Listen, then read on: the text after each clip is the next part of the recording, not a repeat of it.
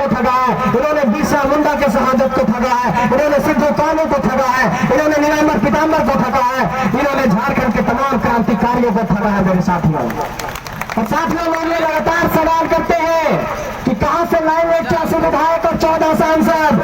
उसका मैं यह जवाब देना चाहता हूं कि झारखंड के 24 जिलों के 5 प्रमंडलों के 264 प्रखंडों में 4345 मुखिया इसी माटी ने बनाया है।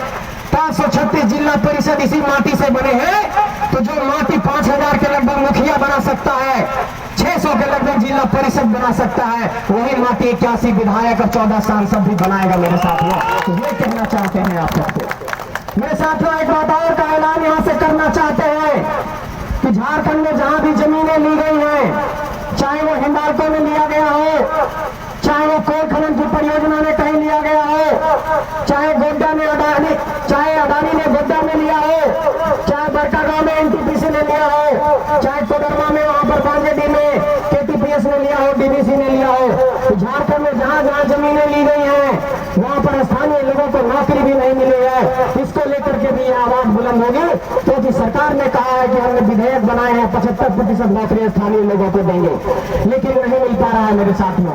और आप लोगों को ये कहना चाहते हैं कि जिस माटी में इतने क्रांतिकारी पैदा कर दिए, जिस माटी में इतने क्रांतिवीर पैदा हुए, उस माटी को लड़ाई और संघर्ष से पीछे नहीं हटना चाहिए, डरना नहीं चाहिए।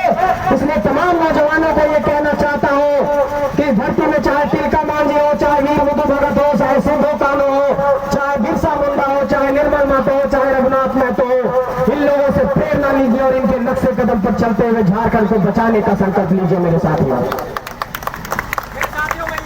चाहता हूं कि झारखंड को बचाने की लड़ाई के लिए अब कोई दूसरी या तीसरी लड़ाई नहीं होगी। ये लोग हम लोग मान करके चल रहे हैं कि ये अंतिम लड़ाई है। जब तक शहादत देने की बारी थी तो हम लोगों ने शहादत दिया है।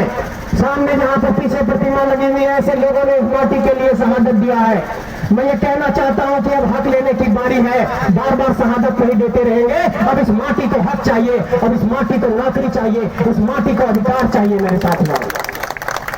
मैं ये कहना चाहता हूं कि चाहे झारखंड के कोल्हान की बात हो, चाहे संथाल की बात हो, चाहे उत्तरी छोटानागपुर प्रमंडल की बात हो, चाहे दक्षिणी छोटानागपुर प्रमंडल की बात हो, चाहे पलामू प्रमंडल की बात हो, ये आवाज झारखंड के सभी कोने कोने तक गई है और झारखंड के तमाम गांवों तक ये आवाज पहुंच गई है। और अब ये लोग कहने लगे हैं कि झारखंड में परिवर्तन की एक नई बेला आई है और ये परिवर्तन अब होकर के रहेगा। इसलिए नौजवान साथियों से ये कहना चाहता हूं कि संघर्ष से पीछे रास्ता मत हटाइएगा। बहुत कुछ त्याग करके हम लोगों ने इस आंदोलन को खड़ा किया है। 23 दिसंबर 2021 को यह आंदोलन खड़ा हुआ था और आज आप देखिए कि अगस्त 2023 के महीने में है और क्या कोल्हान की धरती, क्या हजारीबाग की धरती, क्या चतरा की धरती, क्या सिल्ली की धरती, हर जगह जल सैलाब उमड़ रहा है। और ये जल सैलाब इस बात की गवाही है कि झारखंड परिवर्तन के लिए तैयार हो गया है। मेरे साथियों, और भी कई बिंदुओं पर आप लोगों का ध्यान दिलाना चाहता हूं कि झारखंड को किस तरीके से लूटा जा रहा है और किस तरीके से पिछले दरवाजे से झारखंड के नीतियों को, नियमों को, कानूनों को, विधेयकों को एक बड़ी साजिश के तहत फंसा दिया जा रहा है कानूनी दांवपेच में। जब भी झारखंड के हक अधिकार के लिए कोई कानून बनता है तो आप गौर करते होंगे, या तो उसकी शिकायत राजभवन में चली जाती है या तो हाईकोर्ट में मामला फंसता है। मैं ये कहना चाहता हूं कि इन 72 विधायकों को कि जिन लोगों ने हमें लिखित तौर पर यह कहा कि हम 60-40 की नियोजन नीति के खिलाफ है, उन विधायकों से यह सवाल करना चाहता हूं कि वही इच्छा शक्ति सदन के भीतर आप क्यों नहीं दिखाते हैं। कागज पर लिख करके तो दे देते हैं, लेकिन सदन के भीतर क्यों चुप हो जाते हैं। ये दोहरा चरित्र स्वीकार्य नहीं है। उन विधायकों को ये संदेश देना चाहते हैं। मेरे साथियों, एक बात और याद करिए कि झारखंड में ओबीसी को आरक्षण 27% नहीं है। झारखंड के 7 जिलों में ओबीसी को आरक्षण 0 है। मैं ये सवाल पूछना चाहता हूं कि क्या झारखंड की सरकार मंडल कमीशन की सिफारिशों को भी नहीं पढ़ी है? क्या झारखंड का ओबीसी समुदाय 27% आरक्षण देने का हकदार नहीं है? तो आखिर झारखंड में अगर हम ये कह रहे हैं कि 60-40 की नियोजन नीति नहीं चलेगी, अगर कमोबेश मान लेते हैं कि सरकार बहुत जिद पर आकर के उसको किसी तरीके तरीके से 90-10, 80-20 करती भी है, तो जब आरक्षण का रोस्टर ही नहीं है यहाँ पर, तो सरकार नियुक्तियां कैसे करेगी? इसका मतलब कई वर्ग जो है अधिकार लेने से भी वंचित रह जाएंगे। इसलिए इन आरक्षण के मसले पर भी लड़ना होगा कि जब नियुक्ति हो तो एसटी समाज को, एससी समाज को, ओबीसी समाज को, अकलियत समाज को बराबर हक मिले, तभी समाज में संतुलन बरकरार रहेगा। मेरे साथियों मैं ये कहना चाहता हूँ कि 1932 के आधार पर जो विधेयक बना और 9वीं अनुसूची में जिसे शामिल करने की बात कही गई थी, उस विधेयक को राज्यपाल महोदय ने वापस कर दिया था। मैं ये कहना चाहता हूँ महामहिम राज्यपाल महोदय से भी कि झारखंड की 3.25 करोड़ की आबादी जिस कानून का मांग कर रही है, उसे बार बार आप संवैधानिक पहलू का हवाला देकर वापस नहीं करिए, झारखंडी की भावनाओं का भी ख्याल रखिए। उनसे हम कहना चाहते हैं, अनुरोध करना चाहते हैं। मेरे साथियों एक सवाल का ये भी जवाब देना चाहते हैं कि लोग कहते हैं कि स्थानीय नीति 1932 के आधार पर जो मांग रहे हैं ये कोर्ट में स्टैंड नहीं करेगा, इसका समाधान का रास्ता क्या है?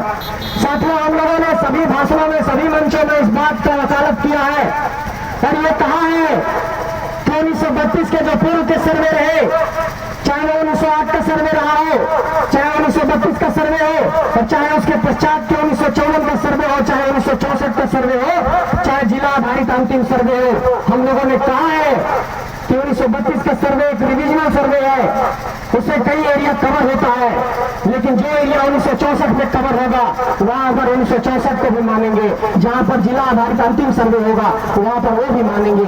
ये इसका रास्ता है मेरे साथियों।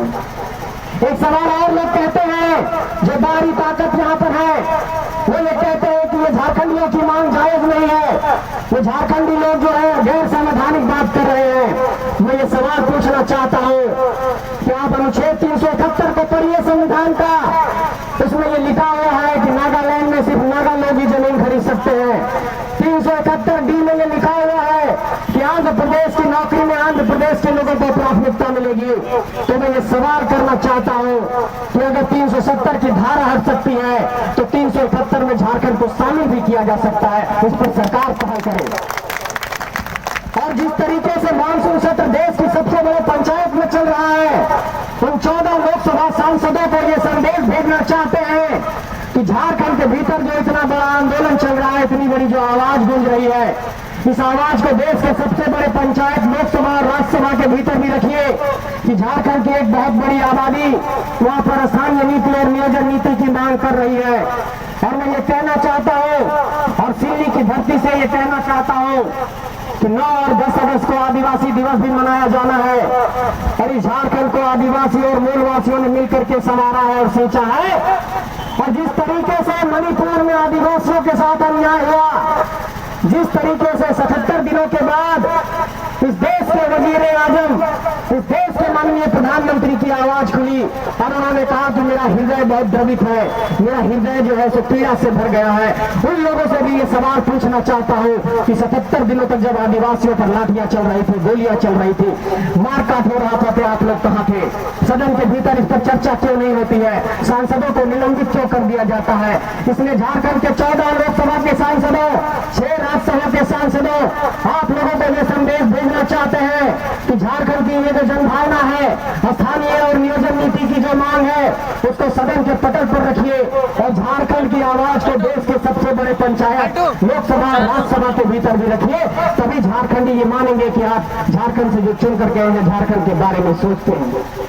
मेरे साथियों, हम लोगों का कई लोगों ने इस बात पर मजाक उड़ाया कि 20-30 साल का नौजवान लोग कहता है कि हम लोग 14 को सांसद बनाएंगे। हम ये सवाल उन लोगों से पूछना चाहते हैं कि निर्मल दादी सांसद का चुनाव लड़े थे, विधायक का चुनाव लड़े थे, लेकिन आज हम लोग उनकी पूजा कर रहे हैं। पूजा जोश और जज्बे की होती है, पूजा हौसले का होता है। चुनाव लड़ना जीतना तो अलग चीज है, लेकिन ये हौसला और जज्बा को आप कैसे हराएंगे?